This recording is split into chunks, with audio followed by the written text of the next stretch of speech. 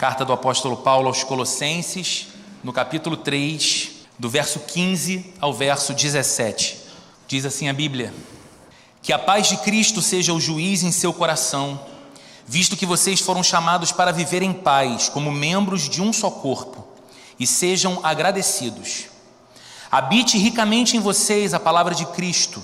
Ensinem e aconselhem-se uns aos outros com toda a sabedoria e cantem salmos, hinos e cânticos espirituais com gratidão a Deus em seu coração. Tudo o que fizerem, seja em palavra ou em ação, façam-no em nome do Senhor Jesus, dando por meio dele graças a Deus Pai. Que o Senhor abençoe a exposição da sua palavra nessa manhã, em nome de Jesus. Na semana passada nós tivemos um culto aqui muito especial e diferente. Diferente porque mais ou menos na metade do nosso período de louvor, a luz faltou e ela foi voltar basicamente no final do culto já. E aí nós não tivemos, por conta disso, condições de gravar, transmitir o culto. Até conseguimos gravar o áudio da mensagem que ficou disponibilizado durante a semana nas plataformas de podcast e também no YouTube, porém sem imagem, só o áudio, porque a mensagem foi gravada com áudio do celular que eu liguei e deixei aqui na mesinha do lado enquanto falava. Mas foi um momento muito especial. Foi um culto assim com uma ambiência, apesar da falta de luz, de um pouquinho de calor, foi uma ambiência muito prazerosa na presença do nosso Deus. E nós refletimos no último domingo sobre esse mesmo texto que nós acabamos de ler agora. Um texto que, como eu disse na semana passada e repito agora, parece nos apresentar Paulo indicando uma espécie de dieta cristã.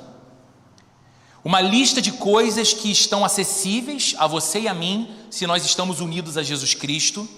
E porque estamos unidos a Jesus Cristo, podemos buscar as coisas que são lá do alto, onde Cristo está assentado à direita de Deus o Pai. Lembra que Paulo fala isso alguns versos acima? E essa lista de coisas que Paulo nos apresenta, elas compõem uma espécie de um cardápio para uma dieta cristã. Assim como as nossas escolhas alimentares determinam não apenas a nossa qualidade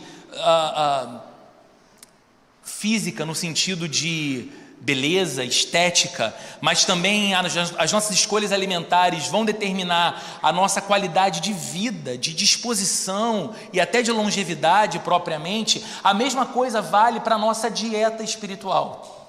Aquilo que nós entendemos ser necessário ou não colocar na mesa para nos alimentarmos a nossa fé, a nossa vida espiritual, vão nos levar a uma espiritualidade vigorosa, caminhando na semelhança de Cristo, ou uma espiritualidade empobrecida, enfraquecida. Trata-se, portanto, aqui, das palavras de Paulo, de uma dieta que tem o poder de fortalecer a nossa alma e de nutrir a nossa paz. Então eu dividi essa mensagem em duas partes.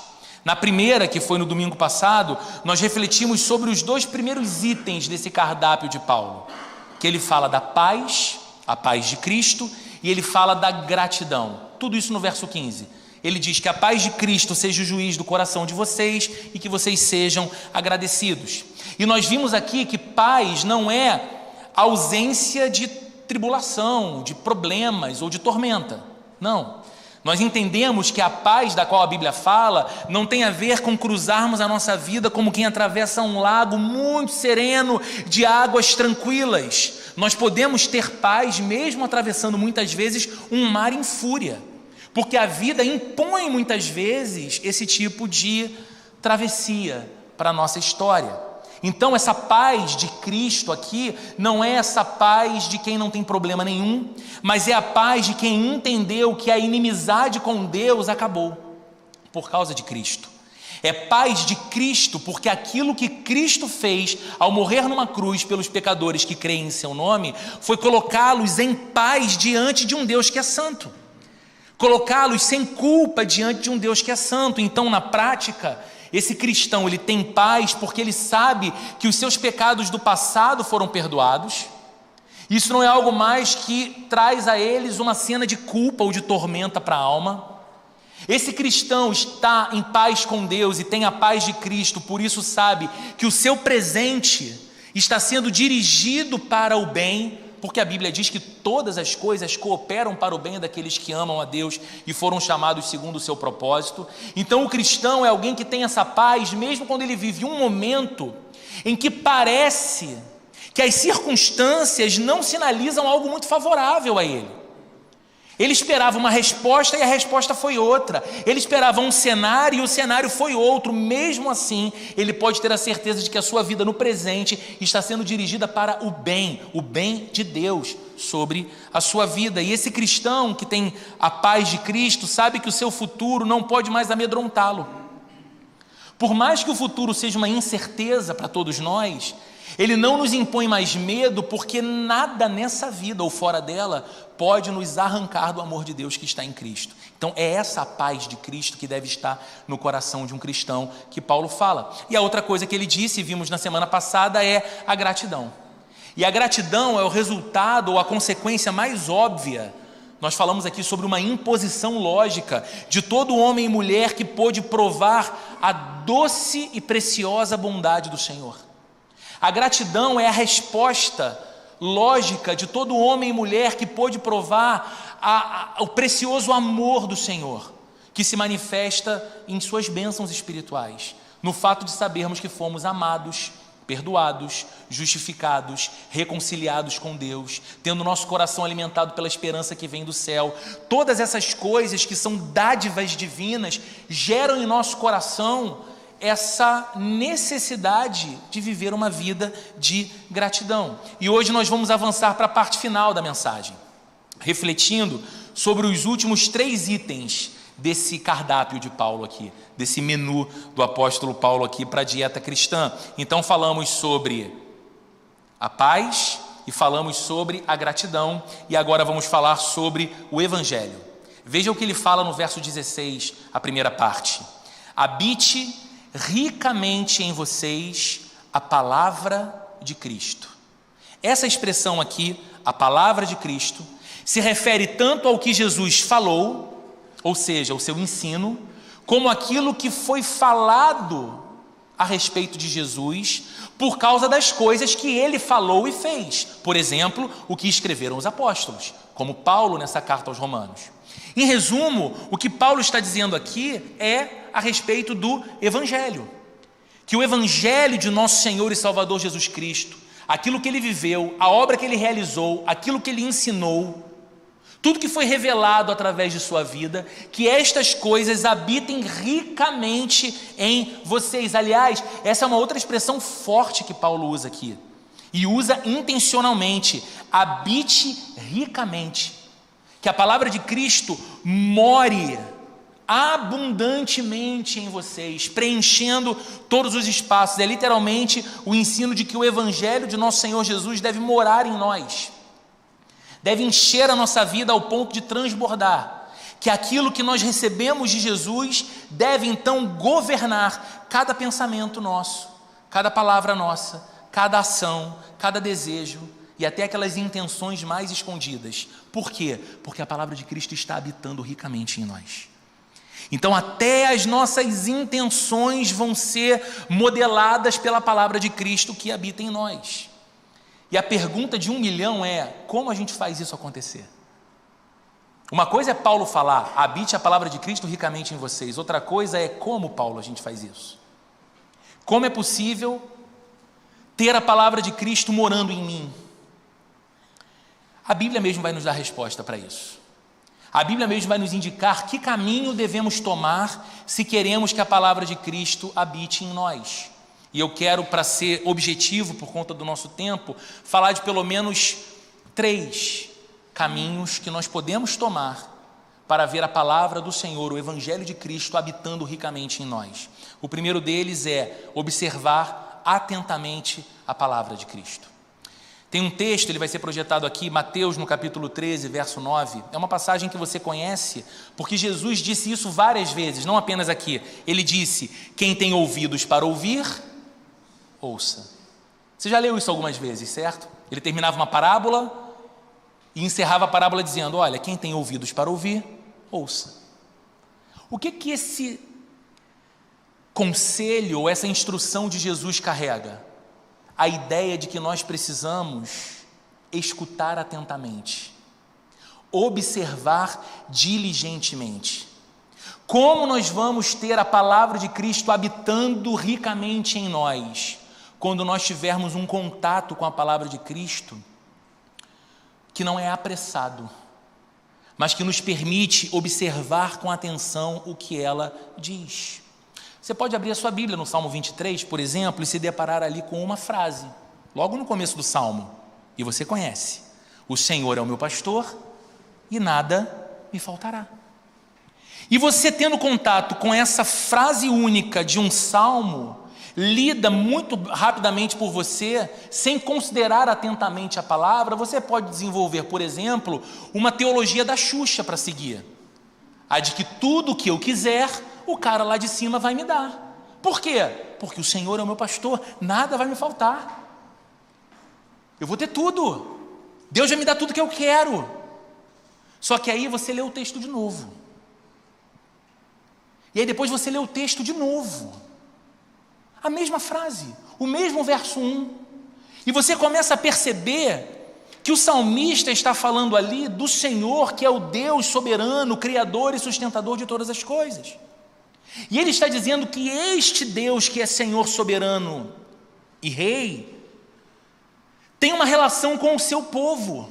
Para o seu povo, Deus é como um pastor é para a ovelha. E aí você começa a pensar, porque está observando o texto, nessa relação. Que a ovelha é um animal mais frágil, que facilmente se perde, que precisa ser alimentado, que precisa ser protegido dos seus predadores. E é tudo isso que um pastor faz no campo, cuidando de um rebanho de ovelhas. E agora vem Davi, que tinha uma experiência como pastor de ovelhas no campo, cuidando das ovelhas do seu pai, dizendo o seguinte: olha, Deus é assim para o seu povo. Deus é esse pastor que alimenta as suas ovelhas, que defende as suas ovelhas, que protege as suas ovelhas, que provê as suas ovelhas. Então, nós somos frágeis, Deus é forte, porque o Senhor é o meu pastor, eu não terei falta de nada. Aí você começa a entender que esse texto não está ensinando que tudo que eu quiser o cara lá de cima vai me dar, mas está me ensinando que quando eu tenho a Deus, eu já não me preocupo tanto com a provisão, porque eu já caminho ao lado do provedor. Mas quando você alcança isso? Quando você não apenas lê o texto, mas quando você se permite observar atentamente a palavra. E isso se aplica, queridos, a diversos outros textos, a diversas outras passagens, a maioria delas conhecidas de nós. Você não precisa sequer, num primeiro momento, ir desbravar textos desconhecidos da Bíblia. Você pode ir para aqueles textos que você é quase capaz de repetir sem ler. Só que há muito tempo você não faz um exercício de refletir sobre ele, de ler o texto não apenas como quem conhece o idioma, mas de ler o texto para o seu próprio coração, se perguntando que coisas esse texto está falando sobre Deus e que coisas esse texto está falando sobre mim. E à medida que eu vou me aprofundando nisso, a palavra de Cristo vai habitando ricamente o meu coração. Há uma segunda forma, além de observar atentamente a palavra, que é manejar corretamente a palavra. Olha o conselho que Paulo dá para Timóteo, na segunda carta que ele escreve, no capítulo 2, verso 15. Procure apresentar-se a Deus aprovado, como obreiro que não tem do que se envergonhar e que maneja corretamente a palavra da verdade. Manejar tem seus sinônimos como manipular ou empunhar. Então o que Paulo está dizendo aqui é o seguinte: Timóteo, na jornada da sua vida, na sua lida pastoral, porque Timóteo era um jovem pastor, você precisa se apresentar como um obreiro aprovado por Deus. E você precisa fazer isso empunhando sempre a palavra da verdade, manejando sempre a palavra da verdade, porque a sua vida encontra definição na palavra da verdade, e a palavra da verdade empresta lentes que te interpretam a realidade que você está vivendo, no mundo em que você está vivendo. Então não deixe de forma alguma de manipular, manusear, empunhar a palavra da verdade. Queridos, quantas e quantas vezes nós agimos e tomamos decisões e fazemos planejamentos que desconsideram a direção da Bíblia ou a sabedoria bíblica? Quantas vezes nós fazemos disso aqui um aplicativo dentre os muitos do nosso celular? Eu uso e eu gosto, ok? Mas, por exemplo, para mim não serve para fazer devocional usando o aplicativo do celular. Ele é ótimo para outras finalidades, como consulta, por exemplo. Agora, para parar, ler a Bíblia e orar, na mesma tela em que eu recebo centenas de mensagens por dia, e-mails importantes, leio notícias, me distraio, não dá certo. Aquela tela me comunica outra coisa o tempo todo para o coração e ela vai me distrair. Então é empunhar a palavra da verdade, manusear a palavra da verdade, não deixar isso aqui fora do alcance das nossas mãos para moldar a ação das nossas mãos, a ação das nossas vidas. E há uma outra forma, um outro caminho pelo qual nós podemos ver a palavra de Cristo habitando ricamente em nós. Então eu falei sobre a importância de observar atentamente a palavra, manusear corretamente a palavra e tem guardar no coração a palavra. Salmo 119, verso 11, o texto vai ser projetado aqui. O que o salmista fala: guardei no coração a tua palavra para não pecar contra ti. Então você percebe que movimentos estão sendo propostos aqui. O primeiro, o da cabeça, o da mente, observar atentamente o texto, conversar com o texto, saber que há um sentido lógico em que você compreende a palavra de Deus e aplica a sua vida. Depois, manusear a palavra de Deus, ter ela ao alcance das suas mãos, como aquilo que molda as suas ações. Depois, guardar no coração essa palavra. Saber que você tem que trazer a palavra de Deus para a sede dos seus afetos, o núcleo onde você toma as decisões mais sérias da sua vida, para que ali, encharcado da palavra de Cristo, você tome decisões que glorifiquem a Deus e te levem a um lugar mais seguro. Então, esse é um item do cardápio de Paulo, a palavra de Deus, o Evangelho, a palavra de Cristo. Quarto, então vimos aqui paz, gratidão, Evangelho. Agora o quarto item do cardápio do apóstolo Paulo para a dieta cristã é a comunhão. Leia o texto, o que diz o texto na sequência do verso 16. Ele fala assim: ensinem e aconselhem-se uns aos outros com toda a sabedoria, e cantem salmos, hinos e cânticos espirituais com gratidão a Deus em seu coração. Mais uma vez, uma leitura apressada do texto pode nos gerar a seguinte pergunta: onde é que está a comunhão aqui? Porque parece que Paulo está orientando uma espécie de programa de culto público. Porque várias coisas que Paulo fala aqui nessa segunda parte do verso 16, eu identifico num culto. Oração de agradecimento. Não é isso que as pessoas fazem sempre quando a gente chega num culto? Alguém toma o microfone e diz: vamos ficar de pé, vamos louvar, vamos orar, e diz: obrigado, Senhor, pelo dia, porque estamos aqui, obrigado pela vida que o Senhor nos deu. Oração de agradecimento, a gente vê no culto. E aí o Paulo fala aqui sobre ensino e conselho, e a gente fala: bom, essas coisas acontecem no instante em que a pregação da palavra é feita. A palavra de Deus pregada nos ensina, nos instrui a vida, nos aconselha. E como não lembrar, como tivemos nessa manhã maravilhosa hoje, um período de louvor, de cânticos lindos, com música, e vendo Paulo dizendo: cantem salmos, hinos e cânticos espirituais. A gente pensa: bom, não tem comunhão aqui, o que tem aqui é a descrição de um culto. Mas existe uma expressão aqui muito importante para a nossa compreensão da visão bíblica sobre a comunhão cristã. Paulo usa um termo aqui, uma expressão, que é uns aos outros. Ensinem e aconselhem-se uns aos outros. E façam isso num contexto em que vocês cantam ao Senhor salmos, hinos e canções espirituais e são agradecidos. Oferecem ações de graças juntos a Deus.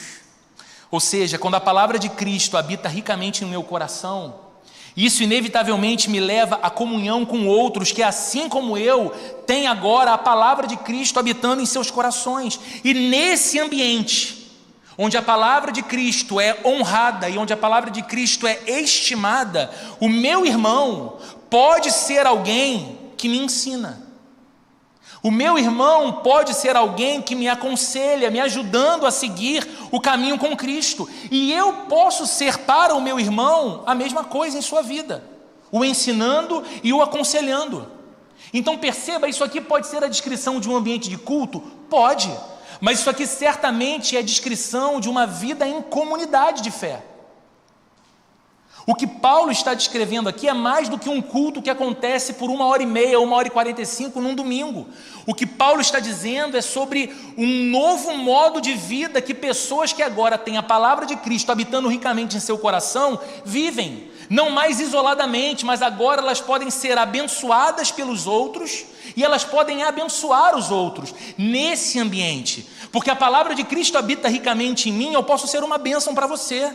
Mas porque a palavra de Cristo habita ricamente em você, você pode ser uma bênção para mim, um encorajador, um conselheiro, alguém que ora por mim ou que ora comigo, me ajudando a seguir no caminho de Cristo.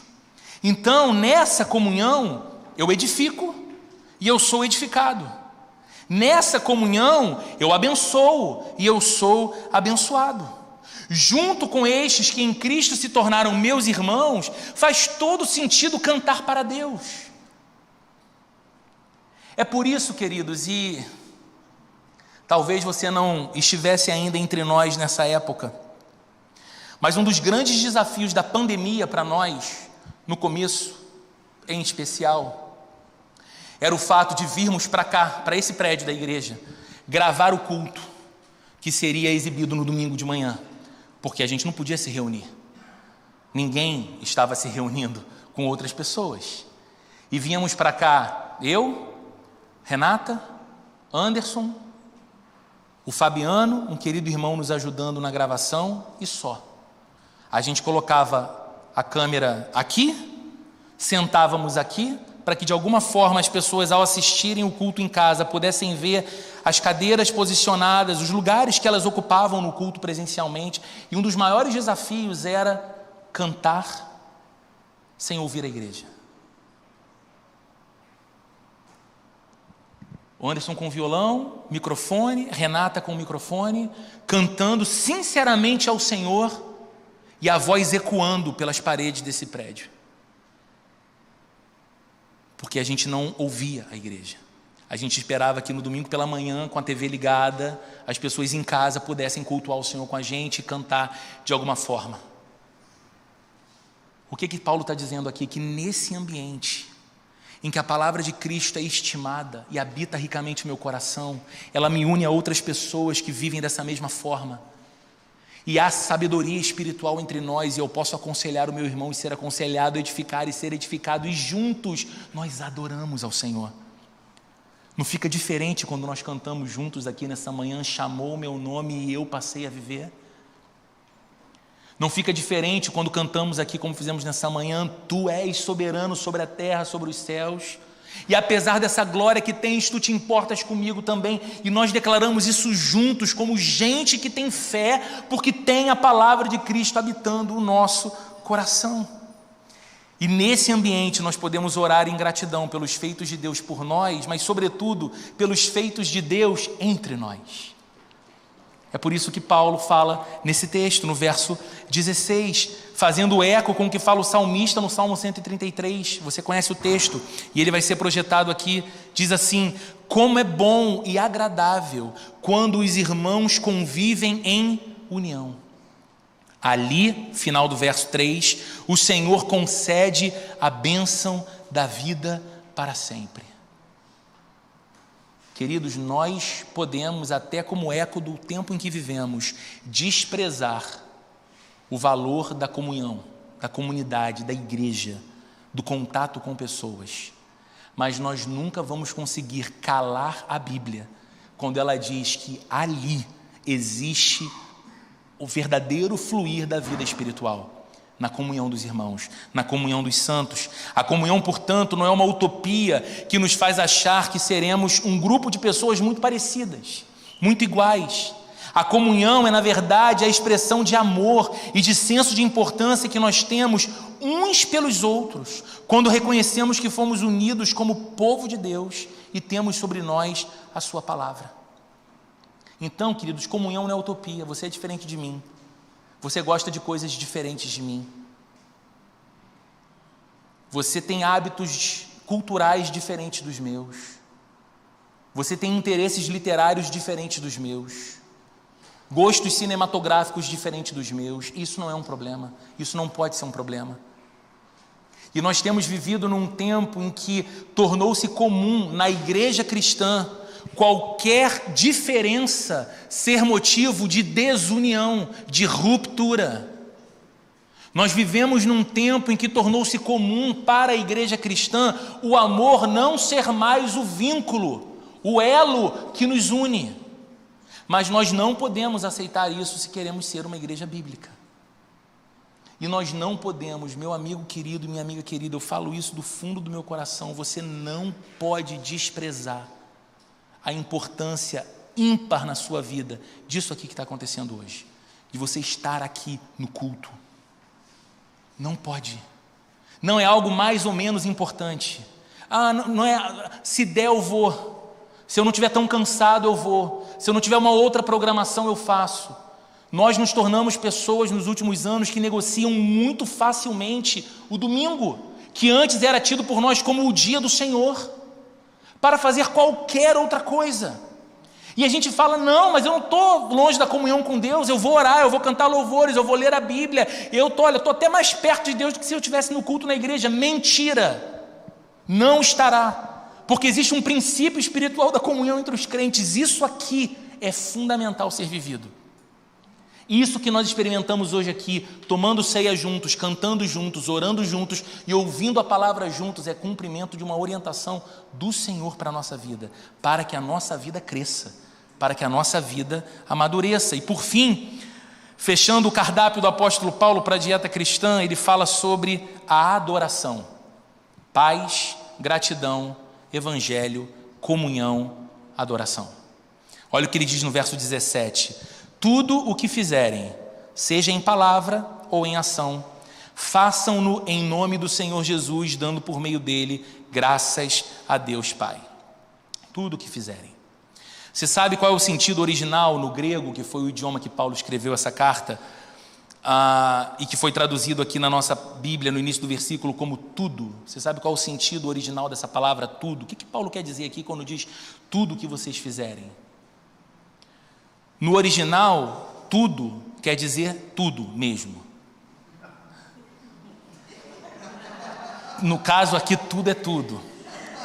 E por que eu falo isso? Porque às vezes eu sei que a gente gostaria que o texto no original trouxesse um entendimento em alguma medida diferente, que suavizasse o impacto da palavra.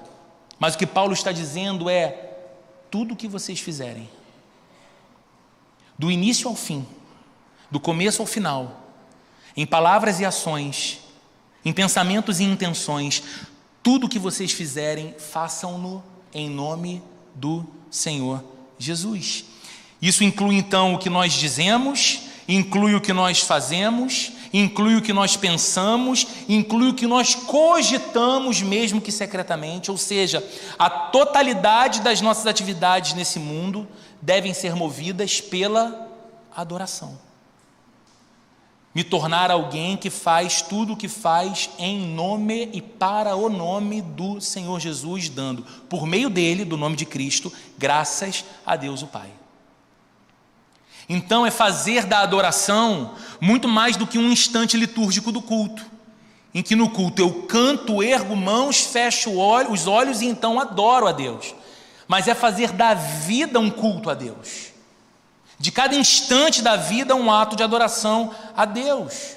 O nosso Senhor Jesus mesmo disse isso em Mateus capítulo 22, verso 37, resumindo a lei de Deus em 2 mandamentos, amar a Deus e amar ao próximo. Olha o que ele diz no verso 37, ame o Senhor, o seu Deus, de todo o seu coração, de toda a sua alma e de todo o seu entendimento.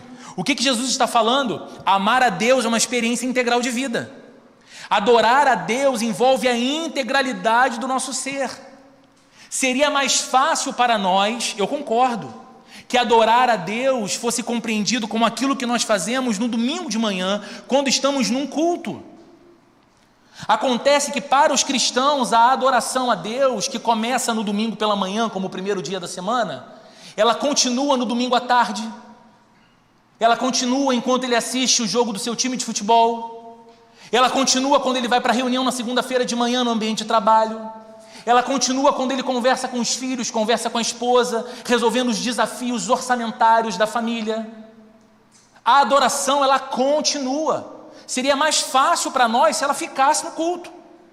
E a gente voltasse então a adorar a Deus 7 dias depois no outro culto. Ou quando voltássemos à igreja. Acontece que a Bíblia está chamando a você e a mim, para que vivamos uma vida integral de adoração ao Senhor. Fazer todas as coisas em nome do Senhor Jesus significa invocar o nome dEle e buscar dEle a direção e as forças necessárias para cada estação da vida. E eu te pergunto, ao fazermos disso um item na nossa dieta cristã, qual resultado nós podemos esperar? Invocar o nome do Senhor em todas as coisas. Qual resultado a gente pode esperar disso? Eu creio que o resultado inevitável será esse, que cada vez mais faremos só aquilo para o qual podemos invocar o nome de Jesus. Você percebe? Porque muitas vezes nós falhamos, porque nós decidimos agir, falar, nos comportar de determinadas maneiras que nós não podemos falar assim: Jesus, vem comigo nesse momento. Porque a gente decide discutir dentro de casa sem antes falar: Jesus, senta na mesa para conversar com a gente. Entre ela e eu, entre ele e eu, está o Senhor entre nós, que vai regular o que falamos, como falamos, o que sentimos, como sentimos. É porque a gente vai fazendo contas e a gente vai dando saltos loucos na vida e a gente vai tomando as decisões mais estúpidas da vida, porque nós não invocamos o nome do Senhor. Um antigo e muito importante pastor, que viveu a maior parte do seu tempo de ministério na cidade de Niterói, mas é conhecido no Brasil todo, o reverendo Antônio Elias, foi o pastor plantador da igreja presbiteriana Betânia, da cidade de Niterói, uma igreja muito importante da cidade. Reverendo Antônio Elias, numa pregação, quando tinha mais de 80 anos de idade, pregando no seminário onde eu estudava, para um monte de seminaristas que se tornariam pastores no futuro, ele dizia, aos 80 anos de idade: meus filhos, de tempos em tempos eu preciso parar para orar e perguntar para Jesus: Senhor, nós ainda estamos juntos? Eu ainda estou fazendo o que te agrada? Com mais de 80 anos de idade. Essa é a postura da vida de alguém que quer invocar o nome do Senhor. Eu quero concluir lembrando a você o trecho de uma música antiga, da década de 1980, dos Titãs, uma música chamada Comida. E ela traz uma declaração, num trecho dessa música, que para mim parece ser a expressão da alma humana. A música fala num determinado momento: a gente não quer só comida, a gente quer a vida como a vida quer. E aí num outro trecho do refrão ele vai dizer: você tem fome de quê? Porque a comida passa e a gente tem fome de novo. Então a gente não quer só comida, a gente tem fome de vida, ele diz ali. E você tem tido fome de quê? As suas escolhas alimentares, e de novo, não estou falando da pizza, do hambúrguer, da salada, do açaí, mas eu estou falando aquilo que você tem nutrido a sua alma, como alimento do teu espírito, tem saciado a sua fome?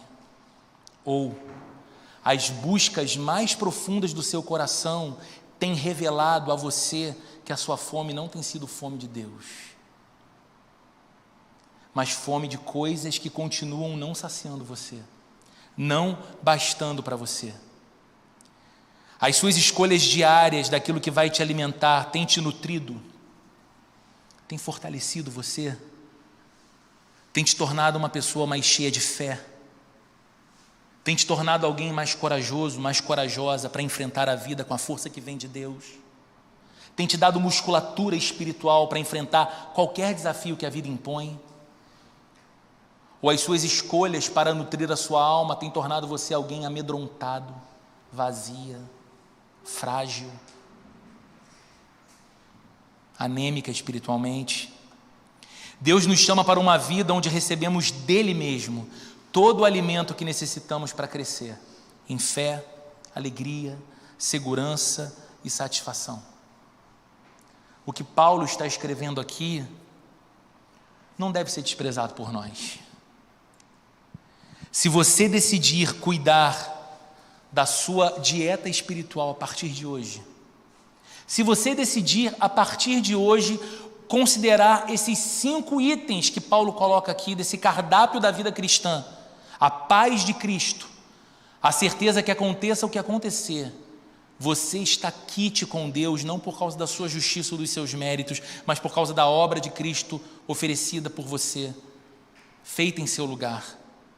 Se você tiver uma vida em que você consegue ser mais agradecido pelas dádivas de Deus do que um queixoso que vive a murmurar daquilo que ainda não viveu e ainda não alcançou, alguém que encontra no coração motivos para ser grato. Se você efetivamente investir em conhecer e aplicar a palavra de Cristo, fazendo ela habitar o seu coração, ter mais contato com Bíblia. Ah, Roberto, eu tenho muita dificuldade de fazer isso sozinho. Meu querido amigo, minha querida irmã, todo domingo a Bíblia é aberta nesse culto. Toda segunda-feira à noite a Bíblia é aberta e ensinada nesse prédio. Uma vez por mês, aos sábados, a Bíblia é aberta e ensinada nas nossas escolas bíblicas. Todas as semanas nós temos pequenos grupos para conversar sobre a Bíblia aplicada à nossa vida. Será mesmo que é você que tem dificuldade em ver a palavra de Cristo habitando ricamente em você? Ou você não quer seguir o caminho que vai fazer a palavra de Cristo habitar ricamente em você? Invista em comunhão. Invista na companhia de gente que tem no coração a palavra de Cristo habitando ricamente também. Sabe por quê? Na hora da tormenta, o conselho certo vai fazer muita diferença para você.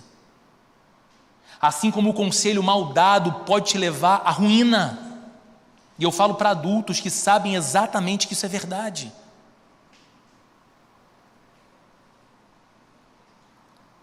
E invista com todo o seu coração na adoração a Deus. Senhor, eu quero viver para fazer o teu coração sorrir. Se você encher a sua alma dessas coisas, da paz de Cristo, da gratidão pelos benefícios de Deus, da palavra de Cristo, da comunhão dos santos e da adoração, o que será que vai acontecer com você? Se a Bíblia não mente, e nós sabemos que a Bíblia não mente jamais, aplicar essa dieta cristã à sua vida te levará a viver o que você jamais imaginou ser possível viver, com Deus e para Deus. Vai te tirar de um lugar ruim, vai te fortalecer, vai te tornar alguém mais forte, mais sábio, mais sábia, mais prudente, mais consciente de si, mais consciente da vida, podendo abençoar os outros e ser abençoada pelos outros também. Então que você tome uma decisão que só você pode tomar hoje, de dizer: Senhor, assim como eu preciso de disciplina para abandonar o fast food e comer de modo saudável, para exercitar o meu corpo para que eu tenha saúde, porque naturalmente esse não vai ser, pelo menos falo por mim, o meu maior interesse, aquilo que me desperta primeiro. Que vontade de fazer um supino, não sinto, no caso, né? Que vontade de malhar, não. Eu vou como quem toma remédio para uma coisa dessa, mas é a disciplina que faz isso, certo? E se você tiver a disciplina de falar: Senhor, eu não vou passar mais um ano da minha vida com uma dieta pobre espiritualmente, como alguém que vive perturbado e aflito pelas vicissitudes da vida, porque não tem a paz de Cristo no coração, embora pudesse ter, porque se queixa mais do que é grato, porque não deixa a palavra de Cristo habitar todo o meu coração, guardando a palavra no meu coração, porque não investe na comunhão e porque não quer adorar a Deus. Eu tenho certeza que a vida da gente muda se a gente tomar a decisão de se alimentar melhor espiritualmente e seguir esse cardápio que a Bíblia nos orienta. Vamos orar? Senhor, ajuda a gente a ter no coração essa paz de Cristo como aquilo que regula as nossas decisões e as nossas intenções. Ajuda a gente, Senhor, a ter um coração que é grato pelas suas dádivas, Senhor, que não nos esqueçamos do perdão dos pecados, que não nos esqueçamos da justiça de Cristo oferecida a nós, que não nos esqueçamos da filiação que recebemos, antes inimigos de Deus, agora filhos e filhas de Deus, e por isso sejamos gratos a Ti. Senhor, que possamos ver a Tua palavra habitando ricamente o nosso coração. Ajuda-nos, Senhor, a observar a Tua palavra, a ter mais contato com a Bíblia, regular e zeloso. Ajuda-nos, Senhor, a manusear a Tua palavra, a ter ela em punhos, e ajuda-nos, Senhor, a guardar a Tua palavra no coração para não pecar contra Ti quando a tentação nos sobrevier. Ajuda-nos, Senhor, a investir na vida de comunhão, a entender que eu vejo e posso ver Jesus na vida dos meus irmãos, que eu vejo e posso receber de Cristo a sabedoria dos céus e o conselho divino dos lábios do meu amigo que tem também a palavra de Cristo no coração dele, e que nesse ambiente maravilhoso, Senhor, da comunhão da igreja, o Senhor ordene a bênção da vida para sempre, como é a promessa da Tua palavra. O Senhor nos faça crescer em amor, o Senhor nos faça crescer em zelo, o Senhor nos faça crescer em devoção ao Teu nome e à Tua palavra, e que o Senhor nos encha o coração de desejo de viver para Te adorar, Senhor, como nos ensinou o nosso Senhor Jesus, amar a Ti com todo o coração, com toda a alma e com todo o entendimento, que a integralidade do nosso ser esteja voltada para Te adorar, Senhor. Que o amor de Deus, a graça de nosso Senhor e Salvador Jesus Cristo, e a comunhão e a consolação do Espírito Santo esteja presente com todos nós, hoje e para todo sempre. Amém e amém.